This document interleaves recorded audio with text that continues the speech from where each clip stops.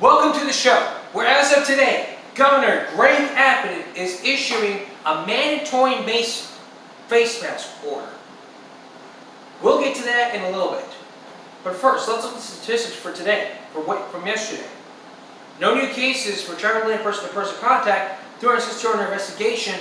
That's a total of over 1,000 cases. So as always, you need to wear a mask, as always. And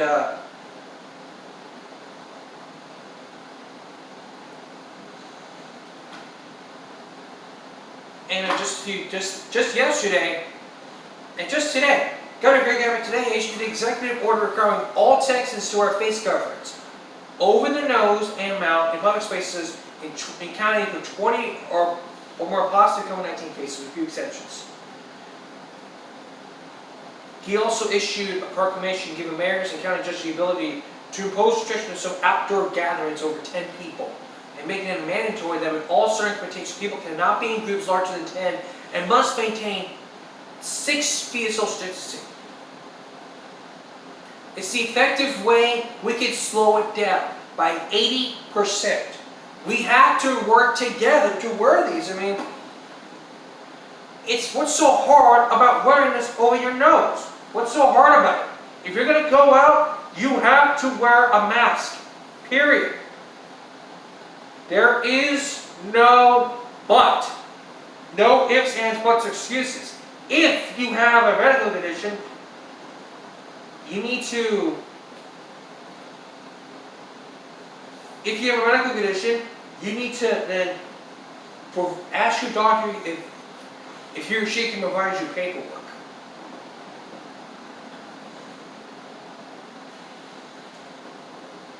This is just an executive order that the governor wants.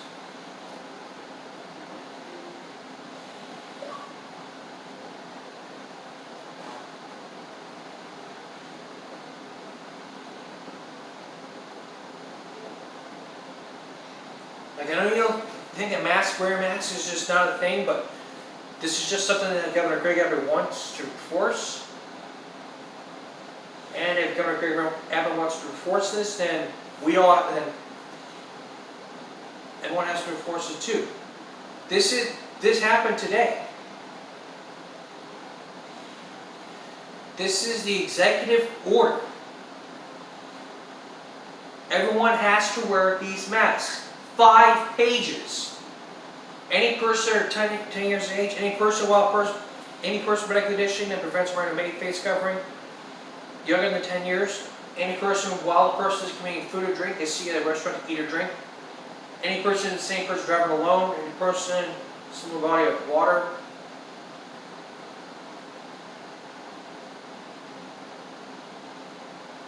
This executive order is hereby amended to delete from paragraph number 15 of phase no jurisdiction.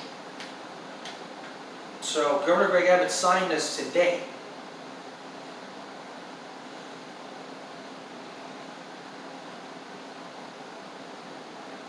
Like, I know you think this order is stupid, but it's just something that the governor wants to enforce. First time it's a warning. Second time it's a $150 fine. And as I said before, all businesses are mandating that you wear a mask. If you work at a place where they make you wear a mask, you have to wear that mask. Whereas if you don't, the business can be fined $1,000. If you don't want that happening, you need to make sure, what you need to do is make sure you wear a mask, period. And leave it on. What's so hard about wearing something called a mask? Don't wear it like this or like this. You need to wear it like this. Above the nose, towards the mouth. If it's hard to speak, if your glasses get fogged up, go find fog-proof lenses. Talk to your eye doctor. Maybe they'll come up with something. Stay 6 feet apart. And most of the restaurants have banned dine-ins, but Whataburger, what Whataburger is doing is opening its dine-in until 11 p.m. Now that's okay. But how many people are they going to be in? I didn't ask the manager.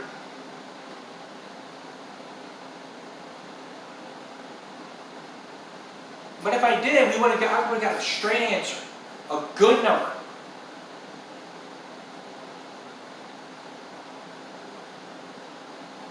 So if you have a medical condition which does not allow you to wear a mask, to wear the mask, what you need to do, let them know your medical condition, and then provide them with a copy of the paperwork. And ask if you can give it back to them.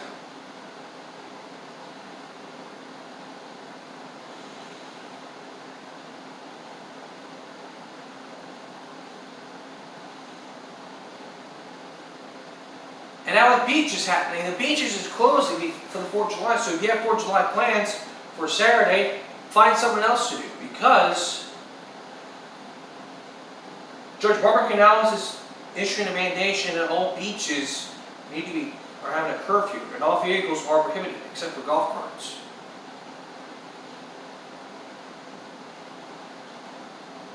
What are people going to do? Walk to the beach?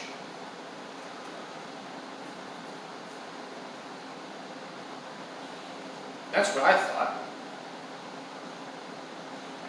Like, I know you think this is stupid, but this is something that Judge Barbara Canales wants to enforce. And if Judge Barbara Canales wants to enforce it, then there ain't no point in arguing back and forth. Like, I would like to go to the beach and public pools. Like, what are public pools going to do? They're going to stay closed? I mean, there's curfews for all parks. I mean, public pool goes at 6. We don't know what's going to be going on until then. All right, we covered the numbers of the coronavirus. We covered the executive order from Governor Grega. When we come back, we're going to look at some videos that we're talking about mask meltdown. 2 people who were kicked out of the store because they were told to wear a mask and they started flipping out. One decided to speak to Inside Edition 2 to 3 days ago. Here, one of the side story when we return. Welcome back. Let me ask you, what's so hard about putting a thing called a mask on? There's no need to be having a meltdown over this.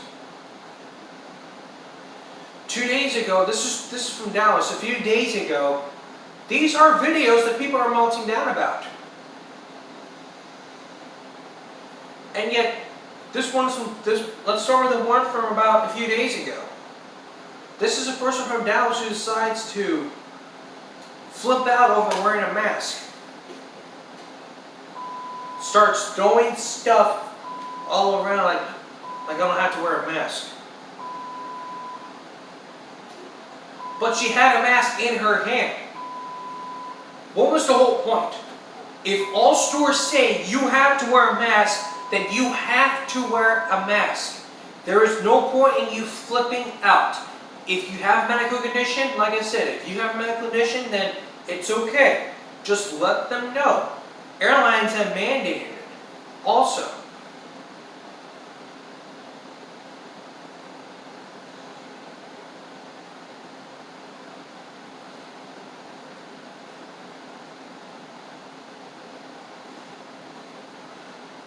And this person spoke to Inside Edition 2 days ago because of all this. It reduces the spread by 80%.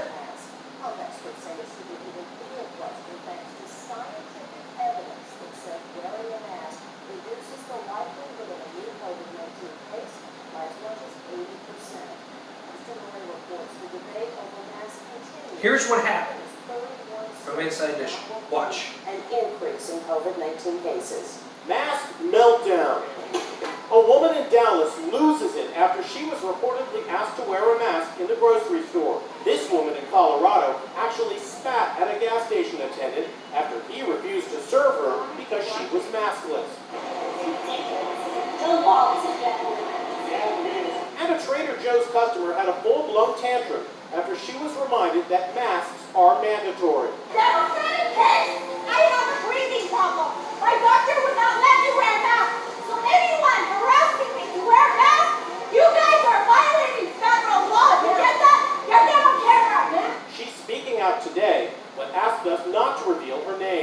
lot of people would look at you and say, she sure looks like she's breathing great, Yeah, but there's a difference between being able to talk and breathe and putting a mask on covering your mouth and nose. Are you sorry you reacted the way you did because you were captured on tape? I am not sorry because I acted like any person would have acted in a situation where you felt your life is being threatened. This is the Trader Joe's in North Hollywood where it happened.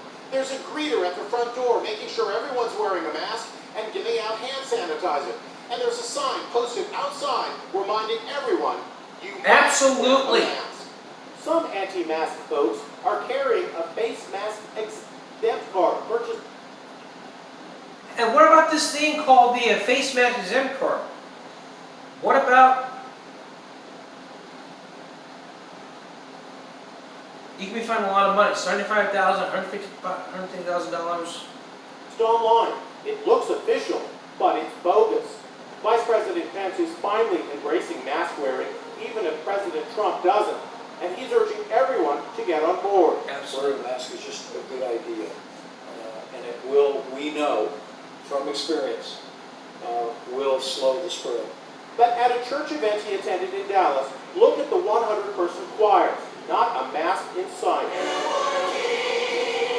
The CDC recommends that churches suspend choirs out of fear that they could be super spreaders.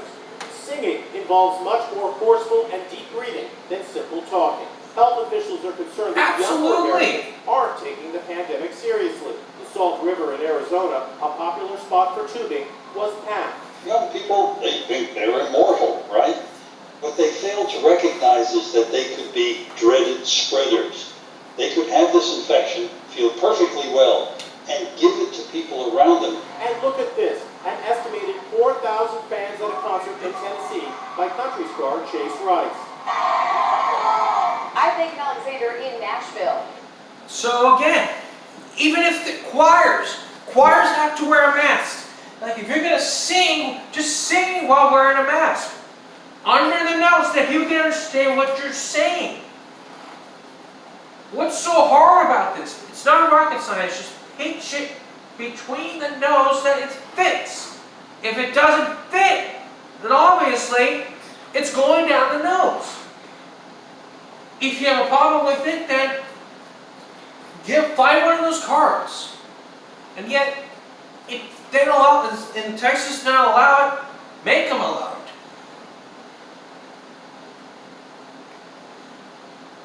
So again, whether to mask or not to mask, it is mandated. And yet, 1 month ago, there was a fight that happened over this. It's an all too familiar scene across the country. People getting physical over wearing masks inside stores. It is required, but unfortunately, security guards are the ones getting hurt for just doing their jobs. Eyewitness News reporter Sid Garcia is live outside of Van Nuys Target, where they've had a number of fights over face coverings. Sid. Good morning, guys. In the latest one, a security guard was hurt. Take a look at the videotape here. This happened on May 1st at the target you see there on Cipolla Boulevard in Burbank, right off the 405 freeway. One of the suspects turns around and walks, throws a punch as he were being escorted out the door for not wearing a mask. Now, according to LAPD, the security guards confronted the two men described as transients. They simply refused to wear a mask, and then the tussle happened. I didn't see any signage entering the store this morning, only signs reminding customers to abide with social distancing and staying at least 6 feet apart. Now, Absolutely.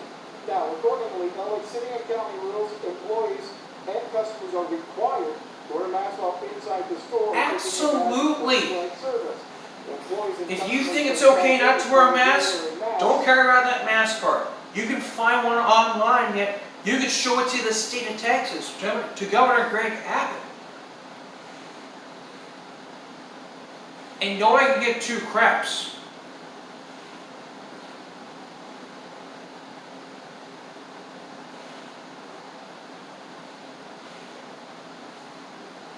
What needs to happen? Wear a mask. Stand 6 feet apart.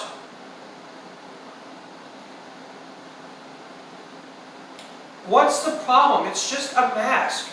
Even in airports, they are mandating that you wear a mask and stand 6 feet apart, except for when you're eating. That's okay. But you still have to have the mask. If you don't, you're off the airline, you're banned from flying, so it's all over. Let's slow the spread by wearing the mask and staying 6 feet apart. This is not a stay-at-home order that Governor Greg Abbott is issuing. You're going to have to find a way to work from home.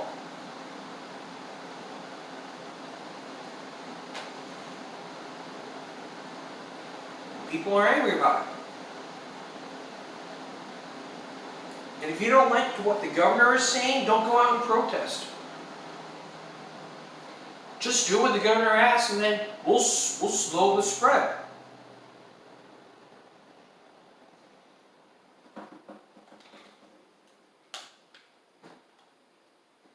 Together, while we wear masks and stand 6 feet apart, we can slow the spread and get back on the right track. More action when we come back. A few days ago, a few days ago, what we did, I talked to you about teachers in the news who were fired. This is the very latest, the yesterday. A teacher writes insult on boys' homework and has no idea who dad is. Imagine this, you're in school, like you completed your homework, and yet your teacher writes something on the homework. It could be an insult, a racial slur. But what would your parents say? That's what happened as a teacher wrote an insult on the boy's homework, and what happened next shocked his dad. Here's viral stories. Teacher writes insult on boy's homework. Has no idea who dad is. Parents always know when something is wrong with their child. This was the case when Camden Pylan's parents saw him when he came home from school one day. They immediately asked the second grader what had happened. At first he ignored it, but eventually he cracked. He pulled out his homework and showed them a note he'd received from his teacher. Camden's father, Chris, read the note and could not believe what he saw. The note was harsh and seemed like a personal attack on Camden. Chris could not let this go. The response that Chris made quickly went viral. Camden wasn't hyperactive. He wasn't hooked on video games, TV shows, or sugary foods. In all respects, he was a regular boy. This is why it was such a surprise to Camden's family when they saw the harsh criticism on his homework. Then they discovered that there were many more comments, and they all came from one teacher. Once he read the note, Chris started to look into the situation. He quickly discovered the matter was much more serious than he had imagined before. The evidence he found was truly alarming. Camden attends the second grade at Valley View Elementary School. For all intents and purposes, Valley View is a normal school. Camden, however, was not a child that would be called an overachiever. While he may not have been the most outstanding student, his parents had never had a reason to suspect that he wasn't doing well at school. No serious problems had caught their attention. However, it turned out that there had been more and more complaints since the start of the school year. Camden may have been a regular boy, but he was a good student. Unlike most normal children, Camden didn't have a problem doing his homework. He was always quite happy to do his work and had no problems finishing his assignments. Chris loves his children, and as such, he couldn't simply stand by and allow this to happen. It had begun to affect Camden, and he was starting to fail at school. He had to find out what was going on and what he could do to help. Camden was by no means stupid. However, Chris could tell that his son was having a hard time at school. Camden's grades started to fall, and Chris knew that it was out of character for his son to do so poorly. When Camden showed his parents the note from Alyssa Rupp-Bonek, his teacher, they knew that the problem lay with his teacher. The note she had written on his work read, "Absolutely pathetic." He answered 13 in 3 minutes, "Sad." Chris thought this was unduly heavy-handed. Alyssa Bonek had been teaching for some time already. She'd read the note in question, but as it turned out, she had a reputation. She's known for being a very difficult teacher to please. Camden had ended up in her class, and it was clear they did not get along. No matter what Camden did, it inevitably brought her wrath down upon him. Every little mistake would be met with a harsh written warning. This relentlessly negative feedback had clearly started taking its toll on Camden's self-esteem. Parents don't like to hear anything bad about their children, or that they're not doing well at school. No matter the case, it's important to take action as quickly as possible. How to deal with bad grades, however, has always been a hot debate. Some cases require children to get extra lessons. Other cases might require that extra time and attention gets paid to the child. The tough... But the teacher wasn't fired. I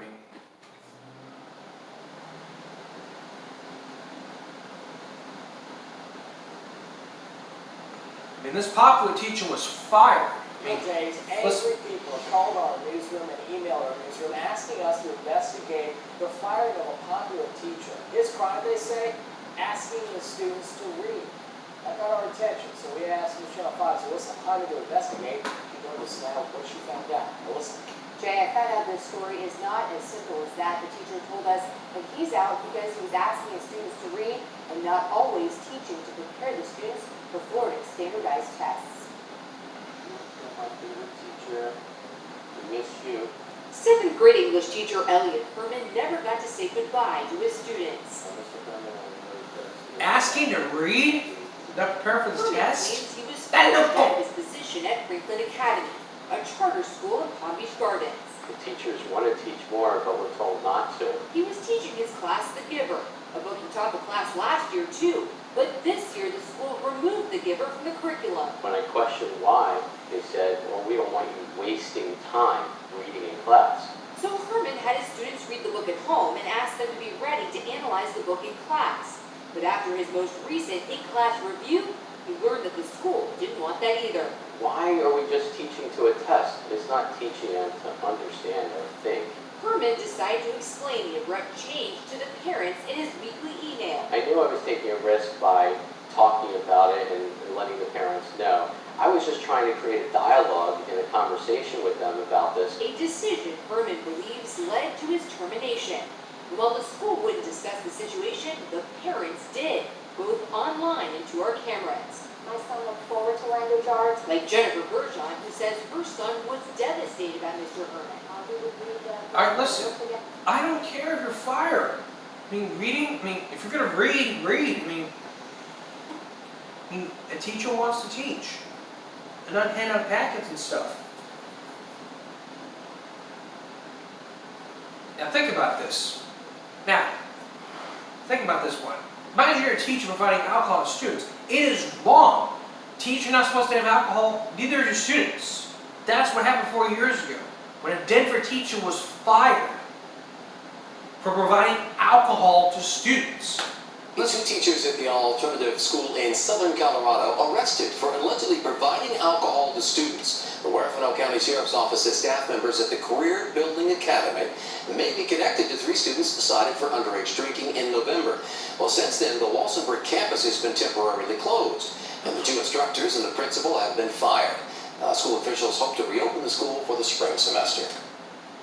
The schools have, the principal was fired. You're not supposed to bring alcohol to school, let alone for teachers and students. That's why state laws happen. The state of Connecticut, in the state of Connecticut, it's a state law that you cannot bring cigarettes on school campus, period. Nor in the state of Texas. Every state law, like Connecticut, the state of Texas prohibits alcohol on school grounds. It's a violation of state law. State of Connecticut. So is underage drinking. It is illegal.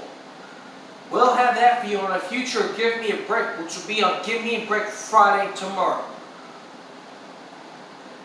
Which we're going to Give Me a Break Friday tomorrow. I'll be back in a moment with a PD of tomorrow's Give Me a Break. And our final topic. We don't pay them enough. We pay teachers to teach our children. But what if your teacher tried to yell at you using abusive language? That's happened 1 year ago when a New York City teacher was caught on tape verbally abusing the students. Mother of a student in that class reached out. Here's what happened.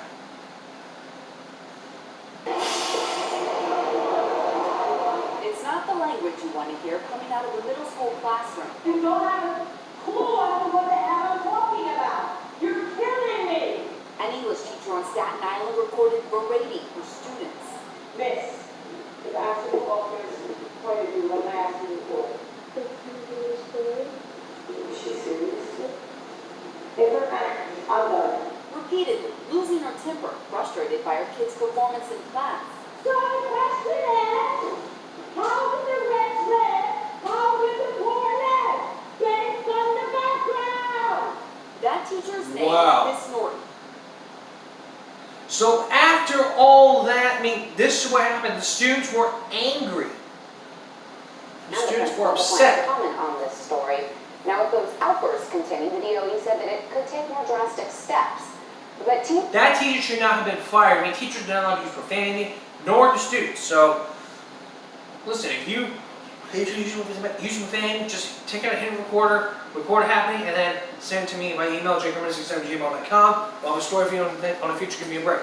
Coming up, Give Me a Break Friday, which is tomorrow, we will look at underage drinking and more COVID-19 cases as we continue to slowly spread the virus. Be sure to wear a mask as always, and please make sure to subscribe to my YouTube channel, hit the notification bell for more videos and all that kind of stuff. That's all for this edition of Give Me a Break Thursday. We'll see you up tomorrow to Give Me a Break Friday at our same time.